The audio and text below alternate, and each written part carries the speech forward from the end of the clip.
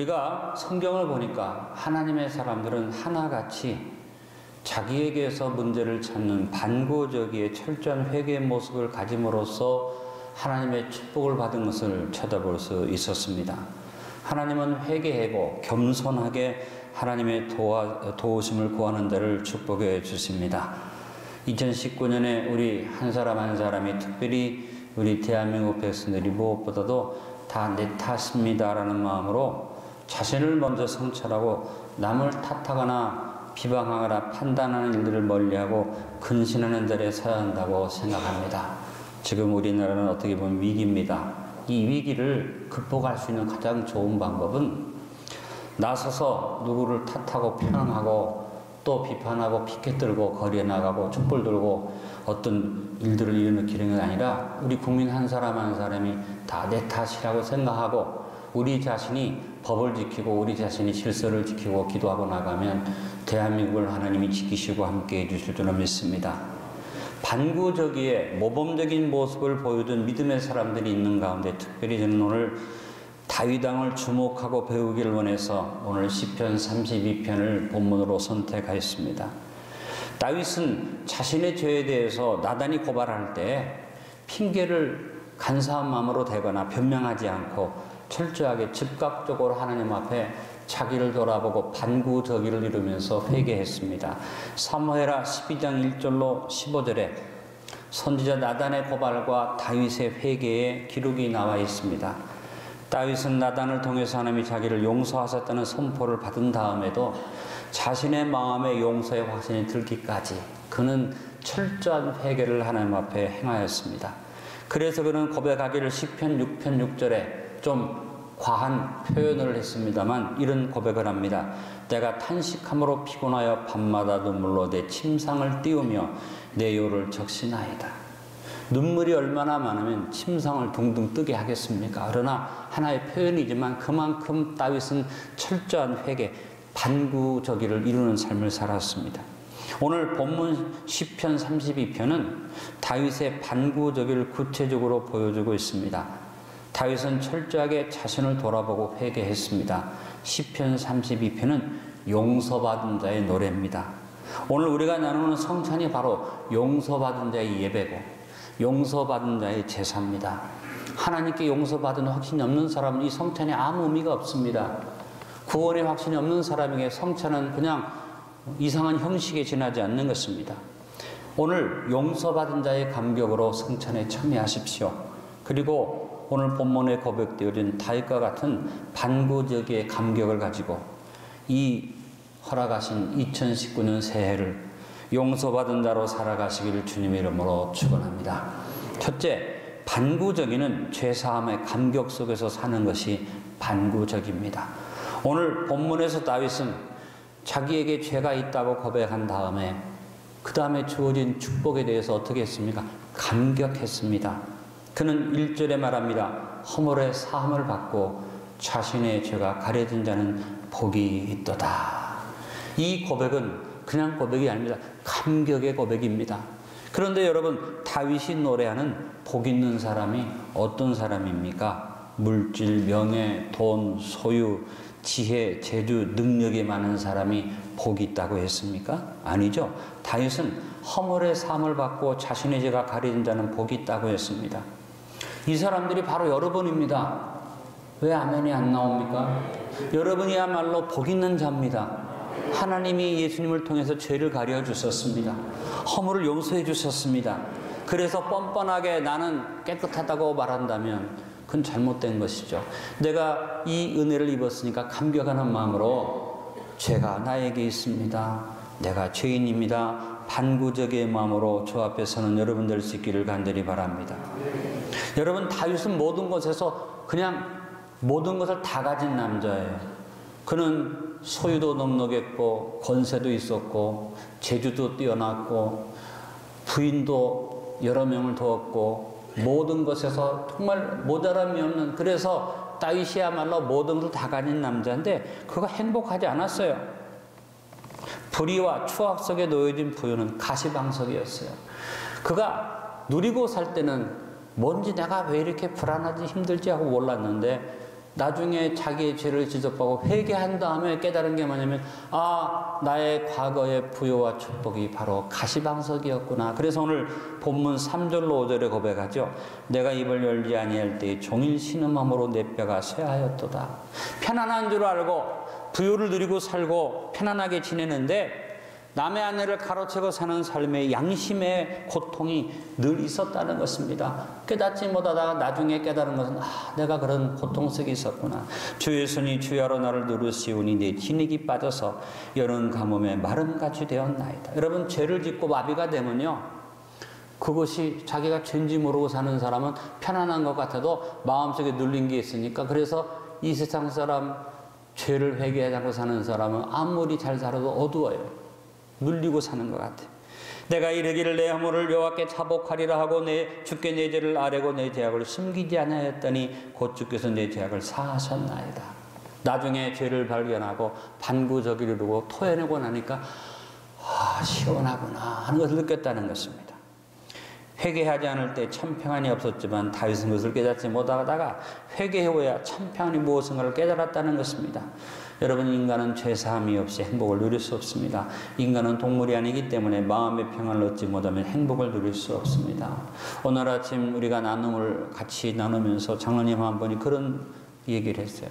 자기 모임 속에 하나님을 믿지 않는 사람도 이웃을 위해서, 시민들을 위해서 봉사를 기쁨으로 한다는 얘기를 하는 것을 들었습니다 하고, 참 그분이 믿지 않지만 대단합니다라고 얘기하셨습니다. 그러나 여러분, 내가 묻고 싶습니다. 그 사람이 그렇게 말해도 그 사람이 정말 행복할까? 여러분, 자기의 행위, 의로운 행위, 자기가 막 선을 베푸는 것 때문에 나는 행복하다 할지 모르지만 근본적인 죄가 해결되지 않는 사람은 꼭 돌멩이에 눌려진 그런 풀잎처럼 결국은 회개한 다음에야 내가 얼마나 무거운 삶을 살았는가를 깨닫게 되는 겁니다. 제가 이것을 여러분에게 자신 있게 말할 수 있는 것은 뭐냐? 여러분, 재벌이라고 행복합니까? 권력자라고 행복합니까? 스타라고 행복합니까? 우리나라에 자살한 사람 중에 대표적인 사람이 대통령이잖아요. 자살한 사람이 대표적인 사람이 현대라는 큰 그룹의 회장이 자기 건물에 떨어져 죽었잖아요. 우리나라의 대표적인 자살한 사람이 인류 스타 최진실 아닙니까? 우리나라의 대표적인 자살하는 사람이 온 국민이 존경하는 야당 지도자인데 지금도 그가 자살한 다음에도 훈장 받고 그러는데 저는 이해되지 못하지만, 자살한 사람들이 다 유명하고 힘있고 능력 있는 사람이 왜 자살했을까? 한마디로 말하면 진정한 행복이 없다는 거죠. 아무것도 아닌 것 같고 평범해 보여도 저하고 여러분은 그런 눌림이 없어요. 죄사함 받았어요. 감격 속에서 살아요. 우리는 복 있는 사람들입니다. 예수님의 보혈로 말미암아 우리의 죄와 허물이 사함받고 우리의 죄가 가려지는 죄사함의 복을 받았습니다. 그래서 오늘 성찬에 감격적으로 임합니다.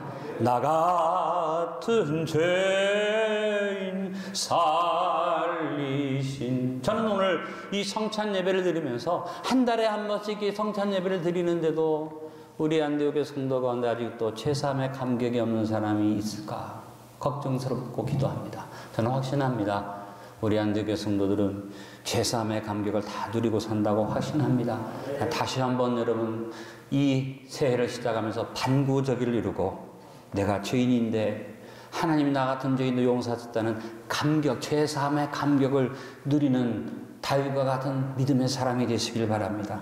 바울은 오늘 본문을 인용해서 로마서 4장 6절로 8절에 우리가 누리는 복을 이렇게 말했습니다. 이란 것이 없이 하나님께 의로 여기심을 받는 사람의 복에 대하여 다윗이 말한 바, 불법이 사함을 받고 죄가 가려짐을 받는 사람들은 복이 있고 주께서 그들을 인정하지 아니하실 사람 복이 있도다 함과 같으니라. 바로 이 사람들이 안디옥 교회 9섭에 나온 여러분들인 줄로 믿습니다. 에베소서 2장 1절에 분명히 말했습니다. 따라합니다. 그는 허물과 저로 죽었던 너희를 살리셨도다. 한번 자신의 가슴에 손 얹고 말합니다. 허물과 저로 죽었던 나를 살리셨도다. 허물과 죄로 죽었던 배진기를 살리셨도다.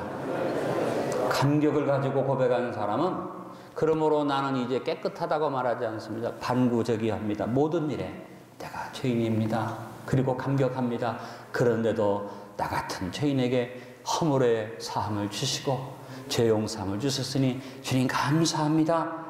이렇게 감격으로 감사 찬양을 드리고 사는 줄 압니다. 여러분, 반구저기를 이루면 죄사함의 감격 속에 사는 것입니다. 이 감격을 누리며 오늘 성찬에 참여할 뿐 아니라 2019년 한 해 동안 이 감격 속에서 살아갑시다. 두 번째, 반구저기는 간사한 마음을 버리는 것이 반구저기입니다. 다윗은 나단을 통해서 자기의 죄를 지적받을 때 간사한 자와 같이 자기의 죄를 변명하나 타당화시키려고 하지 아니하고 정직하게 자기의 죄를 인정하고 수치를 가리우려고 하지 아니하고 발가벗은 모습으로 주님 앞에 회개했습니다. 반구저기의 회개를 온전히 이루었던 것입니다.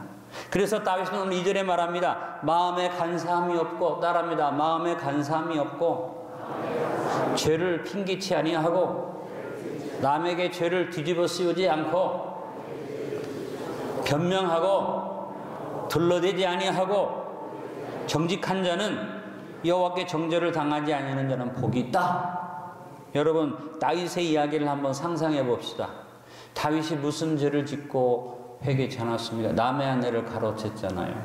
나단이 지적할 때 제가 다윗의 입장에 딱 대보고 생각해 보니까 다윗이 이렇게 변명할 수도 있었지 않았나 생각합니다. 선지자요, 맞습니다. 그런데요, 내가 그러고 싶어서 그렇게 했습니까? 한번 선지자님도 제 입장에 대보십시오. 환한 대낮에 내가 내 왕실의 난간에 가서 서 있는데 밑에 집이 보이더라고요. 보니까요, 밧세바가, 선지자님도 보시면 알지만 그 여자가 얼마나 예쁩니까? 밧세바가 발가벗고 목욕을 하는데 물이 끼얹혀지는 물소리가 착 나면서 아이고 시원하다 그러는데 내가 그냥 녹았지 뭡니까? 선지자여, 내가 더러운 짓을 했지만 사실은 밧세바가 나를 유혹했습니다. 이렇게 말할 수도 있지 않을까? 여성들은 아이고 배 목사도 참 할지 모르지만 우리 남성들은 일리가 있다, 아마 이렇게 생각할 겁니다. 여러분 들어보십시오. 그 시대에 여자가 대낮에 정원에서 특별히 왕궁에서 내려다보이는 자리에서 벌거보고 목욕을 했다. 저는 아무리 봐도 밧세바가 다윗을 유혹했지 않았나 그렇게 생각합니다. 아니 밤에 하면 안 됩니까? 또 집안에 들어가서 숨어서 하면 안 됩니까? 왜 벌건 대낮에 그것도 홀딱 벗고 그 다음에 목욕을 하면서 내가 분명히 생각하기는 밧세바가 이상한 소리를 냈을 것 같아. 아우 시원해요 하우 했던지 그러니까 다윗이 변명하려면 할 수 있어요. 그 다음에 다윗이 또 이렇게 말할 수 있습니다. 선지자여, 내가 그 여자를 한 번 범한 것은 사실입니다. 그러나 우리아가 전쟁터에서 죽었는데 저 여자가 의지할 데가 없지 않습니까? 그래서 내가 불쌍해서 내가 그래도 가진 것이 많으니까 내가 충성스레 죽은 장군의 아내를 내가 거둔 것이 죄라면 죄죠. 내가 잘못한 것을 인정합니다. 그러나 나는 그 여인이 불쌍해서 거뒀을 뿐입니다. 이렇게 말할 수도 있지 않을까? 물론 우리 여성 여러분들은 배 목사님도 도둑놈 심보를 가졌다 할지 모르지만 보니까 우리 김상선 장로님은 저를 보면서 일리가 있다 이러는 것 같아요. 여러분, 다윗이 간사한 마음이 있었으면 여러 가지 핑계를 댈 수 있었을 것입니다. 그런데 다윗은 한마디로 쿨하게 맞습니다. 제가 죄인입니다. 그리고 회개했다는 것입니다. 여러분이 인생을 살면서 여러분의 수치가 드러납니다. 잘못이 드러나면 심지어는 부부간에도 내가 잘못한 것이 드러나면 쿨하게 여보 미안해 내가 잘못했어 이렇게 말해야 하는데도 불구하고 간사한 마음으로 또 거짓말하고 또 둘러대고 또 다른 핑계댈 때가 있지 않습니까? 여러분이 자녀로서 살아온 삶 속에서 부모에게 얼마나 간사한 말로 부모를 속이는 일을 했는지 여러분 아시지 않습니까? 또 친구 사이에 서로 교우 사이에도 내가 사실을 인정하기 어려운 그런 일들을 드러났을 때 우리는 간사한 말로 변명할 때가 참 많습니다. 그런데 오늘 반구적인 말합니다. 간사함을 버려라. 간사한 마음을 버려라. 우리가 지금 대한민국의 여러 정치적인 현실을 놓고 막 입에 거품물고 떠듭니다. 그런데 사실은 국민 한 사람 한 사람이 내가 대한민국 국민으로서 부끄럽지 않는가를 돌아봐야지 돼요. 남을 말할 게 없죠. 사울왕이 아말렉과 전쟁을 했습니다. 사무엘이 사울왕에게 말합니다. 왕이여, 하나님이 명령하십니다. 아말렉을 진멸하고 오십시오. 개미 새끼 한 마리도 남기지 않고 다 죽이고 오십시오. 어린아이까지라도 다 멸하고 오십시오. 그냥 오셔야지 됩니다.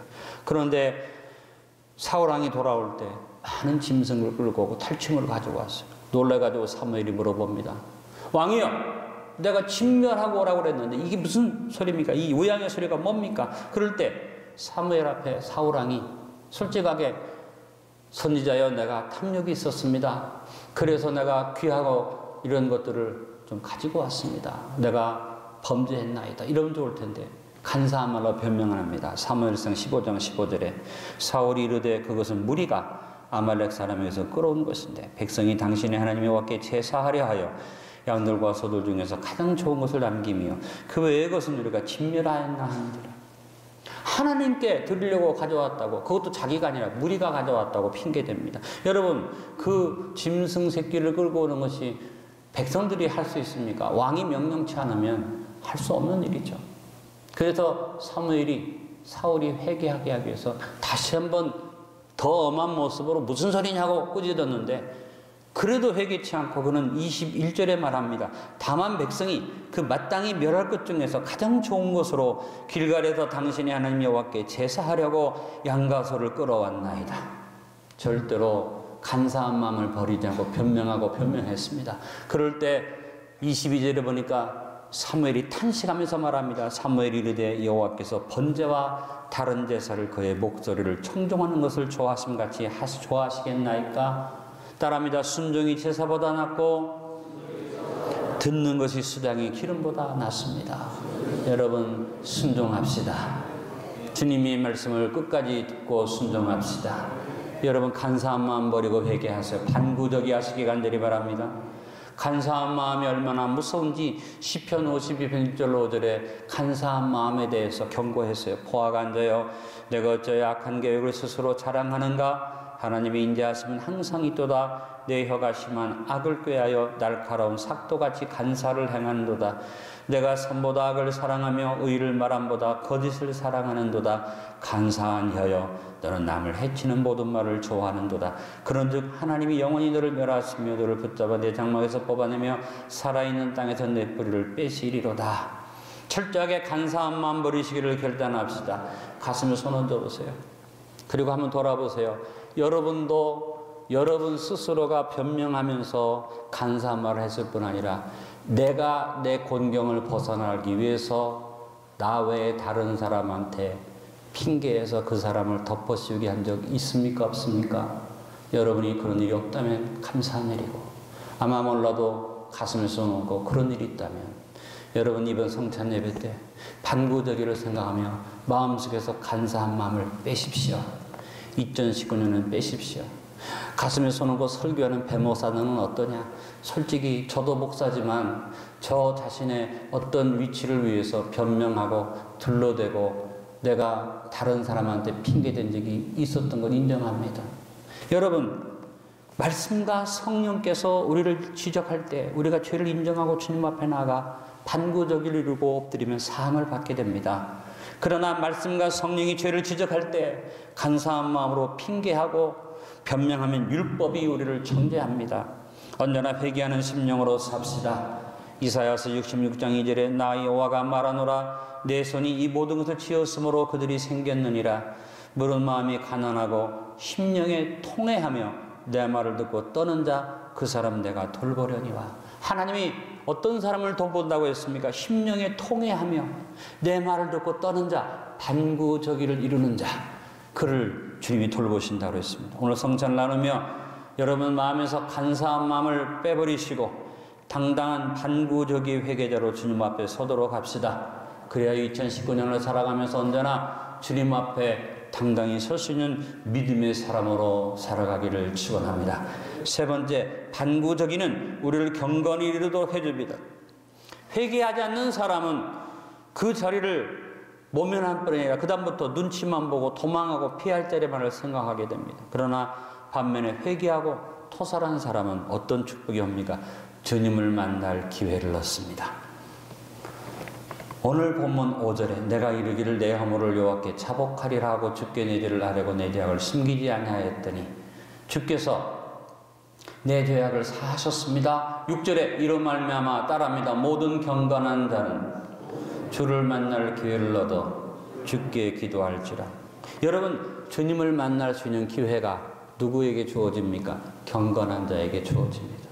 구약시대에는 은혜가 없었어요. 은혜 시대가 아니었어요. 그래서 하나님을 만날 수 있기를 사모하는 일을 했습니다. 욥이 고난당할 때 뭘 가장 뜨겁게 기도했습니까? 욥기 23장 3절에 내가 어찌하면 하나님을 발견하고 그의 처소에 나갈 것인가? 하나님이 어디 계신가 그랬습니다. 그러나 신약에는 그런 기도가 필요 없습니다. 성령님이 우리 가운데 와 계십니다. 임마누엘의 은혜가 우리에게 주어져 있습니다. 우리에게 언제든지 기회가 나타나는데 주를 만날 기회 우리에게 항상 주어져 있는데 그 기회가 주어져 있으면서 그 기회를 얻지 못하는 사람들은 어떤 사람이에요? 반구적이를 하지 않는 사람들. 그러나 반구적이하고 내 죄를 인정하면 즉각 주님을 만날 기회를 얻습니다. 오늘 히브리서 4장 16절을 따라 읽습니다. 그러므로 우리는 긍휼하심을 받고 때를 따라 돕는 은혜를 얻게 하여 은혜의 보좌 앞에 담대히 나아갈 것이니라. 때를 따라 돕는 은혜가 어느 특별한 때가 정해진 게 아니라 그때그때마다 분초분초마다 주님 앞에 내가 죄인입니다. 내가 부족합니다. 다 내 탓입니다. 내가 잘못했습니다 하기만 하면 때를 따라 돕는 은혜가 항상 우리에게 임합니다. 그래서 항상 반구저기를 이루며 사는 사람은 어떻게 다듬어지니까 경건한 자가 되는 것입니다. 주님을 만날 기회를 얻는 사람은 어떤 축복이 옵니까? 홍수가 범람해도 그에게 미치지 못하고 하나님이 나의 은신처가 된다고 오늘 6절 7절에 말했습니다. 여러분, 경건생활이 습관화되는 사람, 늘 나의 잘못을 깨닫고 반구저기를 이루는 사람이죠. 그래서 바울이 사랑하는 제자 디모데에게 뭘 권면합니까? 디모데전서 4장 7절로 8절에 망령되고 타는 신화를 버리고 경건이도록 내 자신을 연단하라. 육체 연단은 약간의 유익이으나 경건은 범사의 유익하니 금생과 내생의 약속이 있느니라.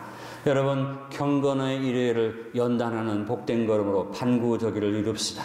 히브리서 12장 28절에 말합니다. 흔들리지 않는 나라를 받았은즉 은혜를 받자. 이런 말미암아 따라합니다. 경건함과 두려움으로 하나님을 기쁘시게 섬길지니 하나님은 소멸하는 불이심이라.